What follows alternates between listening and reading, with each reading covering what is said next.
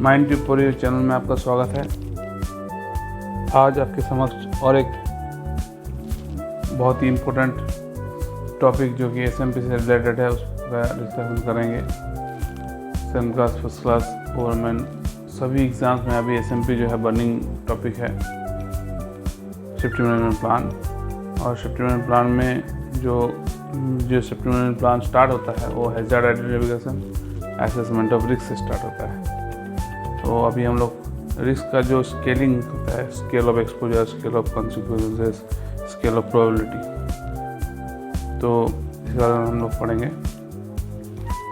तो video start करने से पहले चैनल को सब्सक्राइब कीजिए, वीडियो को लाइक कीजिए और बेल आइकन को हिट कीजिए ताकि और भी अच्छे वीडियोस आपके लिए प्रस्तुत कर सकें। अभी हमारा जो नेक्स्ट टारगेट है first class 2024, first class, second class एवं माइनिंग श्रद्धा गवर्नमेंट जो भी एग्ज़ाम्स है उसका रिलेवेंट टॉपिक्स पे जो है वीडियोस बनाना है। उसमें जो सबसे महत्वपूर्ण जो मुझे बताना है कि वेंटिलेशन एंड वर्किंग, इससे रिलेटेड जो न्यूमेरिकल्स है जो first class and second class exams में पूछे जाते हैं, वो अभी हम कुछ ही दिनों में आपको वीडियोस जो है अपलोड कर देंगे। आपको उसमें जो है बेनिफिट मिलेगा एग्ज़ाम्स में 100%।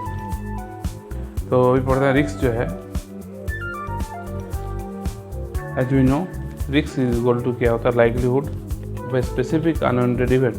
कोई वो स्पेसिफिक अनवांटेड इवेंट का होने का लाइक्लीहुड क्या है इनटू कॉन्सिक्वेंसेस, उसका क्या परिणाम है, पोटेंशियल कॉन्सिक्वेंसेस क्या उसका परिणाम हो सकता है। More accurately, people may be exposed to the hazard for part of the time also. तो risk equal to probability into exposure into consequences. तो लाइक्लीहुड जो है क्या स्पेसिफिक अनवांटेड इवेंट क्या हो सकता है, उसका क्या प्रोबेबिलिटी है और उसका क्या एक्सपोजर है।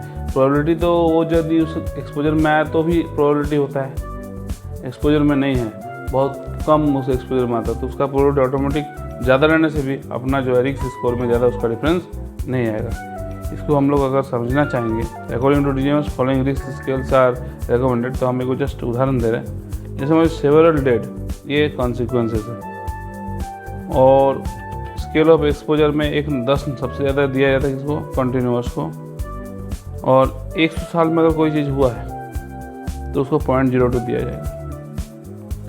फिर है प्रोबेबिलिटी, तो यदि may well be expected, quite possible है, अनयूजुअल बट पॉसिबल है, ओनली रिमोटली पॉसिबल है, कंसीवेबल बट अनलाइकली नहीं हो सकता है, प्रैक्टिकली इम्पॉसिबल है, वर्चुअली इम्पॉसिबल है। तो वर्चुअली इम्पॉसिबल है उसमें 0.1 देंगे। ऐसा घटना जो वर्चुअली पॉसिबल नहीं है तो 0.1 आ गया। और मान लीजिए उसमें स्मॉल इंजरी आ गया, इसका 0.001 आ गया, और 1 से 1000 साल आया तो 0.002 आया।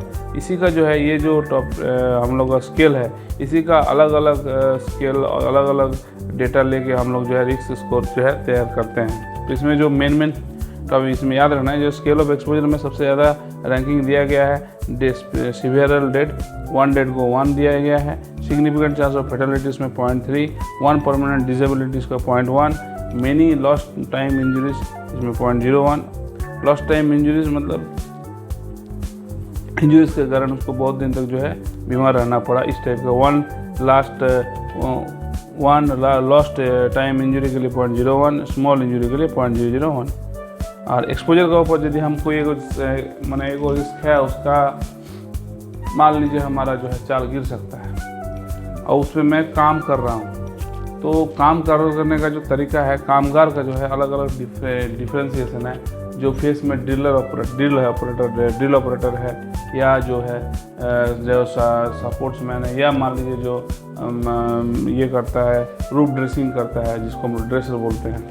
तो ड्रेसर का जो है कंटिन्यूअस वहाँ पर रूफ फॉल का अंडर में काम है, वो सपोर्टेड भी नहीं है, तो वहाँ हम जब इसका रिस्क निकालेंगे तो उसका हायर साइड में रहेगा, फ्रीक्वेंट, डेली जिसको हम लोग बोल सकते हैं। कॉन्टीन्यूस इसलिए नहीं बोलेंगे, अपना 8 घंटा का शिफ्ट होता है, तो 8 घंटा का शिफ्ट में वो हार्डली 3 से 4 घंटा जो है फेज का अंदर में रहता है। तो डेली में ही इसको हम लोग गिनेंगे, जो हम लोग फ्रीक्वेंट बोल सकते हैं। ड्रेसर का जो एक्सपोजर टुवर्ड्स रूफ फॉल जो रिस्क है, रूफ फॉल का रिस्क उसका जो एक्सपोजर है उस केस में 5 लेंगे। सेल्डम वीकली में, अनयूजुअल मंथली, ठीक है। जैसे हम लोग रिटर्न का जो ईयर चेक करते हैं, इस टाइप का जो भी घटना जो फ्रीक्वेंट इंटरवल में होता है उसका, उस आदमी का जो एक्सपोजर, ओल्ड वर्किंग का इंस्पेक्शन, गोप का इंस्पेक्शन 7 दिन में होता है। तो वहाँ जो कुछ भी रिस्क है उसको जो है हम लोग जब इसका ये करेंगे, स्केल अप करेंगे, उसका जब निकालेंगे रिस्क स्कोर, तो उसमें हम लोग जो है ये स्केल ऑफ एक्सपोजर में सेल्डम यूज़ करेंगे, जो 3 है उसका वैल्यू।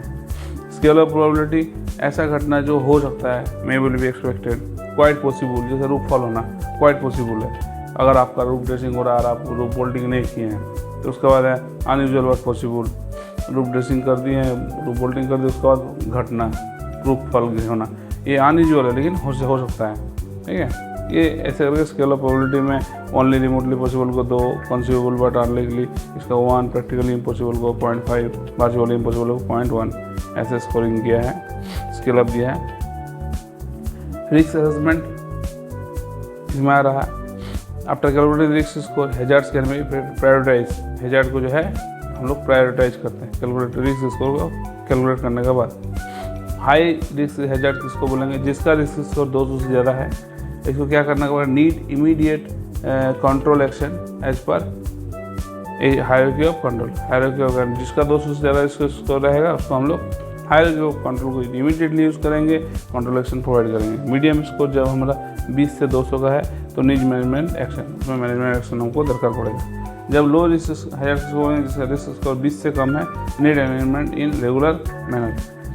हायरार्की ऑफ कंट्रोल के बारे में हम जिम बता चुके हैं ऑलरेडी कि हम लोग एलिमिनेशन में remove step to eliminate the hazard completely, effectiveness 100%। Substitution में ये जो 100%, 75%, 50%, 30% जो परसेंटेज वाइज जिसका जो इफेक्टिवनेस दिए हैं हायरार्की ऑफ कंट्रोल को, ये एग्जाम्स, पिछले एग्जाम्स में, बहुत सारे एग्जाम्स में पूछे गए हैं, इसको बहुत अच्छे से याद रखने की ज़रूरत है, ठीक है। एलिमिनेशन जो है 100% काम करता है, 100% इफेक्टिव है। हायरार्की ऑफ कंट्रोल का जो सेगमेंट है उसमें, जो सीक्वेंस है उसमें, यदि substitution replace with less hazards process material और सब्सटेंसेस, इसको हम लोग इफेक्टिवनेस जो है 75% पकड़ेंगे। सेपरेशन मतलब हम कुछ बैरिकेडिंग व्यवस्था कर दी है, isolate hazard from person by guarding space और टाइम सेपरेशन, इसको हम लोग इफेक्टिवनेस 50% देंगे, ठीक है। एडमिनिस्ट्रेशन, एडजस्ट द टाइम और कंडीशन ऑफ रिस्क एक्सपोजर, इसको 30% देंगे। और ट्रेनिंग को जो है 20% प्रोवाइड करेंगे, improve skill to make the task less hazardous. PPE use well designed and properly fitted gadget where controls are not practicable, तो इसमें 5% का इफेक्टिवनेस है। तो हम लोग का जो रिस्क असेसमेंट टूल्स है उसमें बहुत सारा इम्पोर्टेंट है, इसका जो है शॉर्ट फॉर्म हम यहाँ लिखे हैं, इसको याद रखिएगा, एग्जाम में बहुत सारा पूछ सकता है। जैसे हम लोग बोलते हैं रिस्क असेसमेंट टूल्स में जॉब सेफ्टी एनालिसिस करते हैं। फीमा, तो FMEA ये क्या है, failure modes, effects and criticality analysis, इसमें फेल्योर को देखते हैं, उसका विभिन्न मोड्स देखते हैं, क्या उसका इफेक्ट है, उसका क्रिटिकली एनालिसिस करते हैं कि why this failure has awkward, ठीक है। इसके बाद आया हैज़ऑप, हैं, ये प्रोसेस फ्लो टूल है। Rack, workplace risk assessment and control. HEA ये ह्यूमन एरर एनालिसिस को जिससे हम लोग करते हैं, उससे हम लोग रिस्क एनालिसिस कर सकते हैं। फॉल्ट लॉजिक ट्री एनालिसिस कर सकते हैं, इवेंट और रीजन ट्री एनालिसिस कर सकते हैं, क्वांटिटेटिव रिस्क असेसमेंट कर सकते हैं। ये सारा जो है रिस्क असेसमेंट टूल्स है। रैक जो है उसमें से क्या है, ये आइडेंटिफाई एंड अंडरस्टैंड रिस्क, ये प्रोएक्टिव है, सिस्टमेटिक है एंड टीम बेस्ड तैयार है। जो हम लोग work place risk assessment and control, वो जो है टीम बेस्ड सिस्टमेटिक अप्रोच है, प्रोएक्टिव अप्रोच है, जिसमें हम लोग आइडेंटिफाई करते हैं और अंडरस्टैंड करते हैं रिस्क। जॉब सेफ्टी एनालिसिस जो है बहुत इंपॉर्टेंट रिस्क असेसमेंट टूल है, इसको हम लोग थोड़ा सा डिस्कस करते हैं। जॉब सेफ्टी एनालिसिस क्या है, ये सिस्टमेटिक मेथड है ऑफ आइडेंटिफाइंग हैजार्ड को आइडेंटिफाई करने के लिए and control measures to safely perform a specific task. तो सिस्टमेटिक मेथड है, इसके लिए आइडेंटिफाई करना, हैजार्ड को आइडेंटिफाई करने के लिए, कंट्रोल करने के लिए, to safely perform a specific task. कोई स्पेसिफिक टास्क को जो है इससे हम जो है JSA से सेफली कर सकते हैं। ये पूरा ओवरऑल ऑपरेशन को हम लोग ओवरऑल ऑपरेशन का जो है हिस्सा नहीं बन सकता है, ओवरऑल जो है इसको हम लोग नहीं यूज़ कर सकते, लेकिन कोई स्पेसिफिक टास्क को हम पकड़े हैं उसको कैसे हम सेफली कर सकते हैं, इसके लिए हम अगर असेसमेंट करेंगे तो ये यूनिट ऑपरेशन का जो है जॉब सेफ्टी एनालिसिस में काम आता है JSA। ये बहुत ही इंपॉर्टेंट चीज़ है। This is JSA is a task-oriented risk assessment which can be applied by a work team prior to understanding a potential hazardous activity। कोई hazardous activity लेने से पहले उसको समझने के लिए इसको JSA को यूज़ करेंगे। Generally the technique is applied on site for routine activities. जो रूटीन एक्टिविटीज़ है, जो रोज़ हम लोग कर रहे हैं, रोज़मर्रा का काम कर रहे हैं, उसको जो है ऑन साइट पे, वहाँ साइट पे जाके इसको हम लोग एक्टिविटी अप्लाई करते हैं as a precursor to a safe working procedure. It uses job observation and experiences as the basis for identifying hazards.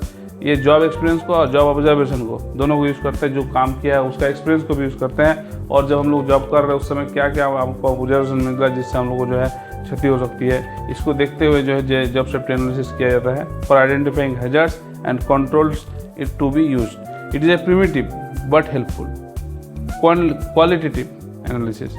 JSA process में क्या होता है, breaking down the job into a steps. जैसे हम लोग take 5 use करते हैं mines में, वो एक पहले हम लोग रुके, फिर देखे, एनालाइज किए हैजर्ड को, उसको हम लोग क्या कर सकते हैं वो देखें, अगर हम लोग ट्रीट कर सकते हैं तो ट्रीट किए, फिर आगे बढ़े। तो ये एक छोटा सा JSA प्रोसेस का हम लोग उसका JSA प्रोसेस टेक 5 जो है JSA प्रोसेस का एक पार्ट हम बोल सकते हैं। तो JSA process as a whole जो उसी का एक पार्ट है टेक 5। तो JSA प्रोसेस में क्या होता है कि हम लोग जो है पहले जॉब को बहुत सारा पार्ट में तोड़ देते हैं। जैसे हमको अगर यहाँ से कोलकाता जाना है, मान लीजिए हम अगर अभी प्रेजेंटली अगर हम कोलकाता में, अगर हमको दिल्ली जाना है, तो हमको जो भी प्रोसेस है वो हम लिख लिए। हमारा यहाँ से बस से जाएंगे स्टेशन में जाके जो है स्टेशन से वहाँ ट्रेन रेलवे प्लेटफॉर्म तक जाएंगे, प्लेटफॉर्म से ट्रेन में चढ़ेंगे, ट्रेन में जो है हमारा जो बर्थ बुकिंग है उसको हम लोग खोज के उसमें जो है प्रॉपर तरीक़ा से जो है यात्रा करेंगे, जर्नी करेंगे। जर्नी के दौरान जो है क्या क्या हम लोग का हो सकता है, पिक पॉकेटिंग हो सकता है, हम लोग गलत द्रव्य खिला के जो है बेहोश करके अपना सामान लूट कर सकता है। अपना जो अटैची वगैरह है उसको जो है अच्छा से लॉक करके रखना है ताकि उसको ना कोई लेके ना जाए। बाथरूम यूज़ करते समय चीज़ों सामानों को जो है किसी की निगरानी में रख के जाना है। फिर हम लोग जब स्टेशन में आएंगे, अलग अलग स्टेशन पार हो रहा है, उस समय हम लोग कैसे चीज़ों को देखेंगे। At the end of the day जब हम लोग दिल्ली स्टेशन में पहुंचेंगे, उतरेंगे, उस समय हम सेफली अपना जो अपना डेस्टिनेशन उसमें पहुंचने के लिए क्या क्या हम लोग कर सकते हैं ताकि हम लोग ईजिली अपना सेफली जर्नी कर सके। ये सारा चीज़ जो है हम लोग जब सोचते हैं तो वो एक पार्ट होता है अपना JSA का, ताकि हम सेफली जो है उस जॉब को, जो कि हमको कोलकाता से दिल्ली जाना है, इसका जो ये जो जॉब हम लिए हैं उसको हम अच्छे से परफॉर्म कर पाए। तो उसको करने के लिए हम क्या किया, हर एक पार्ट को हम लोग तोड़ लिए। यहाँ से ये कॉम्प्लीट ऑपरेशन है, इसमें इतना इतना यूनिट ऑपरेशन है। हर एक यूनिट ऑपरेशन को इजीली और सेफली करने के लिए, कम खर्चे में करने के लिए ये कर सकते हैं हम लोग। इसी तरह से जो है ब्रेकिंग डाउन है job into steps, identifying safety hazards at each step. Safety hazard को जो है हर एक स्टेप में तोड़ना, आइडेंटिफाई करना है, ठीक है। Developing a safe job procedure for each step, ठीक है। तो इसका जो स्टेप्स है, स्टेप्स क्या है, select a job, perform analysis, identifying hazard, develop solution, conduct a follow-up analysis.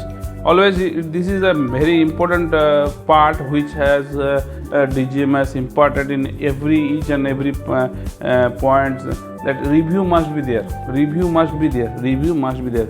What they wanted to tell us that if we do anything, whatever corrective measures we have taken, whatever process we have invented, whatever process we are thinking that it will work, it may not work also. So इसलिए अगर वो नहीं कर रहा है उसको हम कैसे समझेंगे, या तो मेरे को रिव्यू करना पड़ेगा, और मैं अगर नहीं सक्षम हूँ तो किसी उच्च शिक्षित या उच्च कॉम्पिटेंट पर्सन से जो है उसको रिव्यू कराना पड़ेगा। और वो कॉन्डक्ट और फॉलोअप जो एनालिसिस है ये बहुत ही इंपॉर्टेंट है, उसको और मजबूत और अच्छा और जो है डेवलप्ड स्ट्रेटजी बनाने के लिए। Use the job safety analysis, record keeping. अब रिकॉर्ड कीपिंग जब हम इसको यूज़ कर लिए सही है तो उसको रिकॉर्ड कीपिंग कर दिए ताकि बाद में भी हम लोग उसको यूज़ कर सकें।